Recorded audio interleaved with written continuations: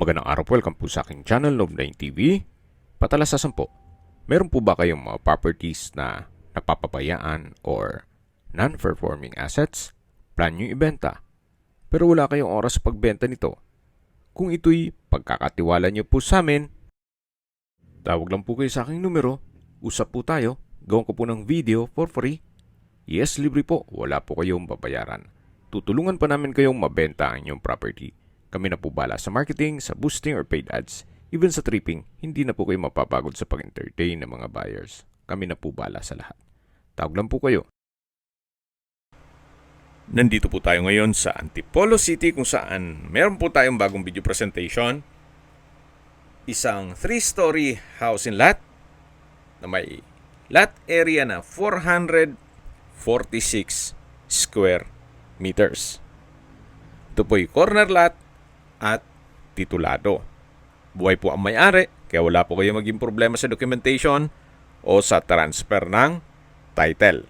Ito pong bahay ay may floor area na 450 square meters plus additional 300 square meters na developed area dun sa dulo. Then may 7 bedrooms, 5 toilet and bath, may foyer with storage, then spacious living area at dining area, high ceiling, meron pong guest reception area, may formal and dirty kitchen with stainless steel kitchen countertop, may breakfast nook, prayer area, guest room, private office with storage, meron pong roof deck, at 2 covered car garage dito sa napwestuhan natin. Then sa likod po ay meron ding 6 car garage. Mamaya po ikutan natin yan. So ito po yung covered lanay. Then sa dulo po ay may waterfalls. Mapapansin nyo po, maayos na maayos pa siya at wala po kayong ipapagawa dito. Actually, pwede itong i-convert sa dipping pool. So, depende po sa inyo kung anong magiging purpose niyo dyan. Then, yan po yung setback papunta sa likod ng bahay. Dun po sa tinutukoy ko na kakasya pa ang 6 na sasakyan. Na meron din pong warehouse o stock room. Mamaya po, iikutan natin yan. So, ito po yung main door na may aluminum screen door. Samahan niyo po ako. Pasok po tayo. At welcome po dito sa bahay ni Sir. Naka-solid wood door. At ito po yung foyer. At malaki naman po ang espasyo nito. So sa mga furnishings, wala pong nabanggit si owner kung kasama. Well, kung meron man po kayong maibigan, pwede naman tayong makinegotiate sa kanya. Ganyan po yung hagdan. Mamaya po akyat tayo dyan. Sa likod po nitong window glass ay yung covered lanay. At lilipat na po tayo dito sa living area o salas. Meron pong decorative glass panels. Then, double high ceiling. Meron pong glass blocks na nag-serve as natural sunlight. Mula po dito sa living area, matatawag natin yung foyer, then yung main door, at ito na po yung hagdan na naka-wooden staircase, wooden handrail, then metal railing. Samahan niyo po ako, akyat po tayo. So ito pong bahay ay owner's built, kaya hindi po tinipid. May pagpabago lang po sa kanilang plano, kaya ibebenta na lang po nila ito. Ito po yung family area na may chandelier, then may window glass sa dulo at malaki naman po ang espasyo.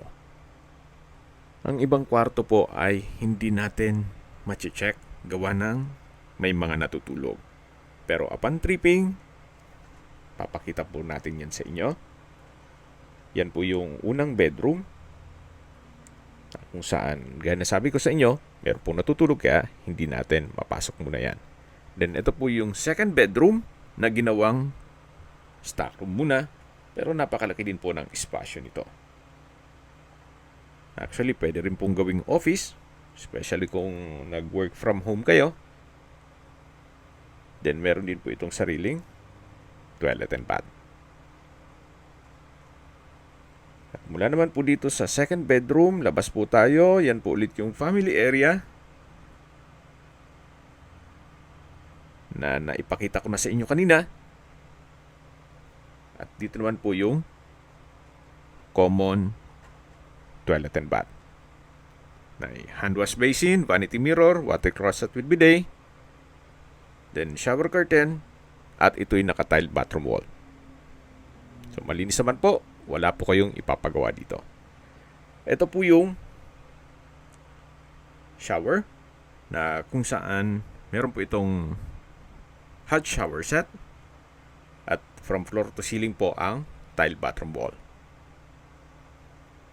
So ito po yung common toilet and bath dito sa second floor na malapit sa family area. So dito na po tayo sa hagdan ulit at ito naman po yung papunta sa third floor. Naka wooden staircase, same design lang po at wooden handrail. Then dito po ay may altar. At ito naman po yung pangatlong kwarto o third bedroom. May wardrobe, may glass windows, then drawer. At sa pintura naman, maayos din po. Wala po kayong papagawa dyan. At dito naman po yung hagdan na papunta sa mga kwarto. Ganun din po. Naka-wooden staircase at handrail. Then meron pong glass blocks na nag-serve as natural sunlight. Akyat po tayo. Samahan niyo po ako. Ito pong flooring dito ay naka-wood parquet. Dito po sa hallway. Matatanaw natin yung common toilet and bath at yung mga kwarto. Napakalaki po ng spasyo nito. Meron pong customized window glass. May window type aircon. For sure, hindi naman tatanggalin yan. Then naka solid wood door. At dito naman po sa kabila yung kabilang kwarto. Ganun din po, naka-customize window glass. Actually, meron po itong overlooking view. Kasi nasa mataas na lugar po itong property. Matatanaw nyo naman yung mga kapitbahay. Dito po sa area nitong property ay meron din pong mga resort, may restaurant na dinadayo. Kaya kung sakali man po na i-convert nyo ito sa Airbnb para ito'y maging income generating. So yan po yung view. At ganoon din po dun sa kabilang kwarto. May view din po siya. May wardrobe na rin po dito sa dulo at naka-solid wood door. Then dito naman po yung common toilet and bath. May hand wash basin, vanity mirror, water closet with bidet, hot shower set. Then may bathroom window at from floor to ceiling po ang tiled bathroom wall. Then meron pong sliding door dito sa katabi ng common toilet and bath na kung saan may mga gamit po si owner. Ganun din po, upon tripping, check po natin yan. So, ito na po yung mga kwarto dito sa taas at bababa na po tayo. Yan po yung hagdan. Then meron pong staircase window. Napalaking bagay po niyan. Then dito naman po yung altar. Yan po yung another room. Then dito po yung family area na nadaanan natin kanina. At bababa na po tayo para check natin yung ibang parte ng bahay. Especially yung formal kitchen at dirty kitchen. Yan po yung coffee table na may lampshade. At dito naman yung living area. Then, dito naman po sa kabilang side ay yung foyer at main door. Ito po yung another stairs naman na papunta sa formal kitchen at dining area. Check po muna natin dito sa common toilet at service area. So, dito na rin nila pinesto yung washing machine, then water closet, at hand wash basin. Naka-tile bathroom wall na rin po yan. So, yan po yung common toilet at service area. Dito naman po yung breakfast table na meron pong window type aircon sa dulo. At yan po yung dining area na may customized window glass with security grill, tile flooring, at sa dulo po ay may access door. Dito naman po yung formal kitchen. Ito po yung tinutukoy ko na stainless countertop. Lifetime na po yan. Then meron pong kitchen window, kitchen cabinet. At dito naman po sa kabilang side, meron din pong breakfast table. Then may countertop at malaking kitchen window. Stainless sink din po and faucet. At meron din pong kitchen cabinet o storage ng kitchen utensils. Ito po yung access door, naka-solid wood, na papunta naman po ito dito sa may dirty kitchen. May aluminum screen door, may kitchen countertop, kitchen cabinet, at dito naman po yung service area.